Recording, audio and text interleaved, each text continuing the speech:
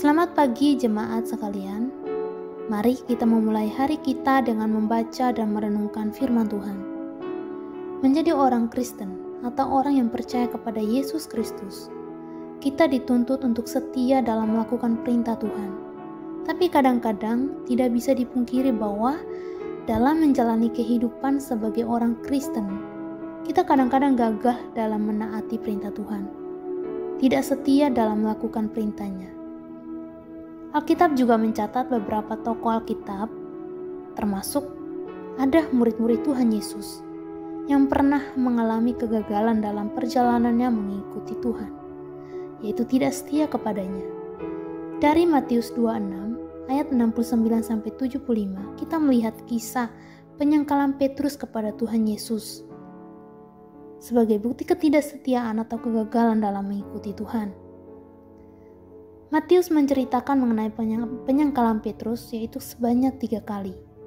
Ia tidak mau mengakui Yesus sebagai orang yang dikenal selama ini dan selalu bersama dengan dia, dan sekaligus orang yang menjadi guru dan juga Tuhannya. Petrus adalah salah satu murid yang bisa dibilang sangat dekat dengan Tuhan Yesus. Bahkan Petrus pernah berkata kepada Yesus bahwa, "Guru, walaupun semua orang meninggalkan engkau, saya tidak akan meninggalkan engkau. Lebih baik aku mati daripada melakukan itu." Bahkan Petrus adalah orang yang membela Tuhan Yesus ketika Tuhan Yesus ditangkap di Taman Getsemani. Petrus dengan gagah perkasanya memotong telinga daripada Malkus. Tapi apa yang terjadi? Di mana janji itu? Ketika Yesus dibawa untuk diadili, untuk dihukum, Petrus mengikutinya. Tapi ketika sampai di tempat itu, Petrus tidak mau mengakui Yesus sebagai orang yang selama ini dekat dengan dia, sebagai gurunya. Di manakah sikap Petrus yang mengasihi Yesus, yang selama ini begitu setia mengikuti Tuhan Yesus, tetapi pada akhirnya dirinya menyangkal Yesus? Ketika ayam berkokok yang ketiga kalinya, baru teringatlah Petrus akan perkataan Yesus mengenai dirinya, bahwa Petrus akan menyangkalnya. Kemudian Petrus pergi dalam tangisannya, dalam kesedihannya. Ia menyesal dengan apa yang telah ia lakukan. Ketika Yesus melihat apa yang dilakukan oleh Petrus, apakah hal ini membuat Tuhan Yesus kemudian membenci kepada Petrus, lalu menolak Petrus sebagai muridnya? Tidak. Petrus pergi dalam kesedihan. Hal ini menunjukkan bahwa Petrus mulai sadar akan apa yang ia perbuat. Petrus menyakiti hati Tuhan dengan mengatakan bahwa dia tidak mengenal Tuhan Yesus. Tapi Yesus memandang dia dengan penuh belas kasihan, dengan penuh pengampunan, dengan penuh kasih sayang.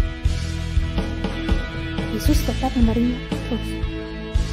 Petrus menyadari akan kesalahannya, dan yang dilakukan adalah dia pergi keluar dan menangis dengan sedih. Ada penyesalan dan ada keinginan untuk mau berubah, untuk mau bertobat. Yang pada akhirnya kita melihat bahwa Petrus dipulihkan dan diperbarui. Dia begitu setia dalam melayani Tuhan Yesus. Mungkin saat ini kita juga masih menyimpan hal-hal yang menyimpang daripada Tuhan. Hari ini mari kita bersama-sama mengakui itu di hadapan Tuhan. Tidak hanya disertai dengan sebuah penyesalan, akan tetapi juga diikuti dengan pertobatan, berbalik dari arah yang salah dan ke arah yang lebih baik. Penyesalan harus kita hubungkan dengan relasi kita dengan Tuhan Yesus. Artinya dalam penyesalan ada pengakuan dosa dan ada komitmen untuk mau berubah.